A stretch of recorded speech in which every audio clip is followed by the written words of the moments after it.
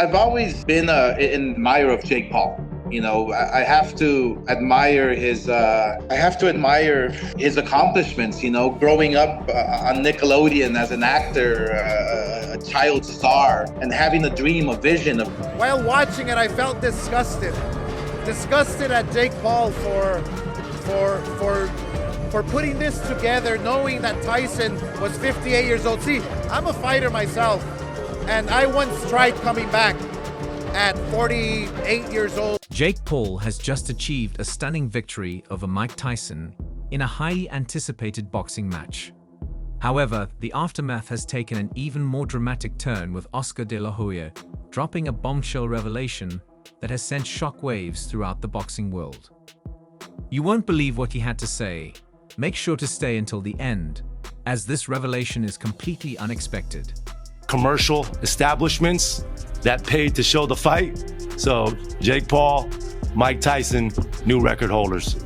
And with that, we'll open it up for questions.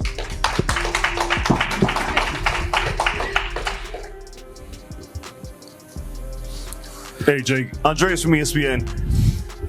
Can you talk about the opening minutes when you see my path of riding my destiny, and when you're really close to God and on the path of your destiny, you just feel everything so much more, and you just know what's going to happen ahead of time. Since the news broke about Mike Tyson's return to the ring after nearly 2 decades, fans have been buzzing with excitement. Iron Mike, one of the most iconic figures in boxing, holds a status similar to Michael Jordan in the NBA. Fans were desperate to see the baddest man on the planet step into the ring once again. First of all, thank you to Netflix, an unbelievable partnership that started in November of 2023. We had a vision on what could be the biggest fight in history, and on Tuesday, with our partners at Netflix, we'll come out with the results of what tonight looked like. We had exceeded Floyd Mayweather and Conor McGregor in terms of commercial establishments that paid to show the fight. So, Jake Paul. The fight failed to live up to expectations, as Tyson proved that his glory days in the ring are well behind him. He came out swinging in the early rounds, trying to recapture his old magic, but faded as the fight wore on, ultimately losing via unanimous decision. For many fans, the real victory was that the bout ended without any serious injuries for the legendary former world champion, although his promised knockout never materialized. In addition to the lackluster main event, Netflix fumbled its debut in live sports streaming, with buffering issues plaguing viewers worldwide. The situation became so dire that Netflix crash trended on X during and long after the fight ended. After months of intense marketing and hype, the fight ended in disappointment, much like many of Jake Paul's previous bouts.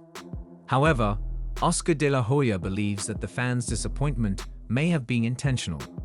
Ramirez winning the 168-pound world title many years ago, becoming the first Mexican champion, then the Zurdo fight is right there for him. Kevin Farmer's team believed that they won a very close fight. How did you score that, Oscar? I had it 1 point up for William. He had the relentless style. He kept throwing punches. Oscar De La Hoya didn't hold back his disappointment in the Paul versus Tyson fight when speaking to the press at an event in Riyadh, Saudi Arabia. "I actually did watch it, and while watching it, I felt disgusted," he said when asked about the bout. De La Hoya criticized Jake Paul for fighting a much older man instead of facing opponents closer to his age.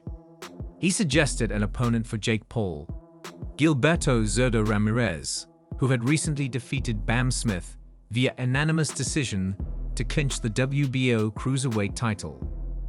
But that was just the beginning of De La Hoya's scathing commentary. The Golden Boy went on to claim that the fight was rigged. Yes, you heard right. Oscar De La Hoya believes the fight was fixed. He pointed to specific fighting sequences that, in his view, supported this claim. Interestingly, De La Hoya isn't alone in this belief. Several professional boxers share his perspective. For instance, former boxer Carl Froch has called the fight scripted and fake. Froch had criticized the 58-year-old Tyson for potentially following a script during the pre-fight press conference to hype the bout. After watching the fight, Froch reiterated his claims in a new video uploaded to his YouTube channel. Froch, who has a history of expressing his dislike for Jake Paul, was among the many who did not enjoy the Paul versus Tyson fight. The 47-year-old former world champion has even challenged Paul multiple times on social media, but none of his callouts have led to a match. Froch hoped to see Tyson flatten Paul during the fight and was obviously disappointed with the outcome. In his YouTube video, Froch admitted he wasn't surprised by the result, considering his belief that the fight was scripted.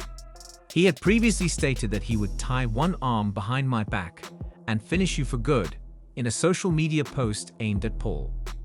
Paul's response to Froch was brutal, calling him a sour loser on X, formerly Twitter, and telling him to inform if he wanted to wash his cars.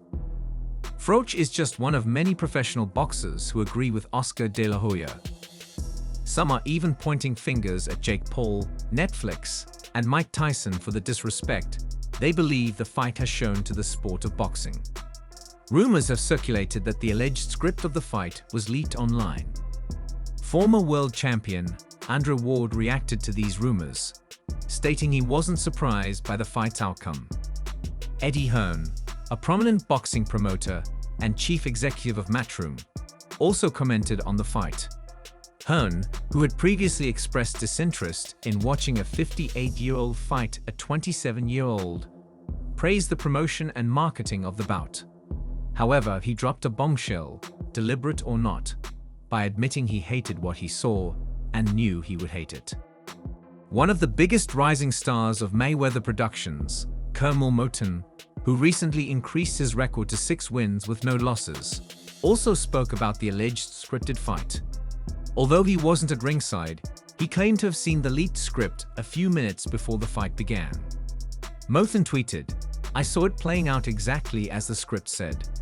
The disappointment surrounding the fight didn't end there. Netflix, making its debut in live sports streaming, experienced significant technical issues. Buffering problems plagued viewers worldwide, and Netflix crash trended on X during and long after the fight ended. After months of intense marketing and hype, the fight seemed to end in disappointment, much like many of Jake Paul's previous bouts. Despite the criticisms, it's clear that the fight generated massive interest and viewership.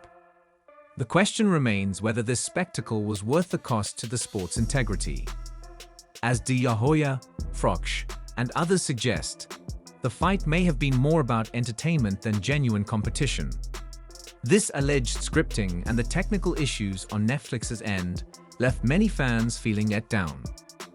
Oscar de la Hoya's suggestion that Jake Paul should face Gilberto Zurdo Ramirez adds an interesting twist to the narrative. Ramirez, fresh off his WBO cruiserweight title win, represents a legitimate challenge for Paul. Whether Paul will take up this challenge or continue to fight older, less competitive opponents remains to be seen. The broader implications of this fight and the allegations surrounding it could have lasting effects on the sport. If boxing is to maintain its credibility, it needs to address these concerns seriously.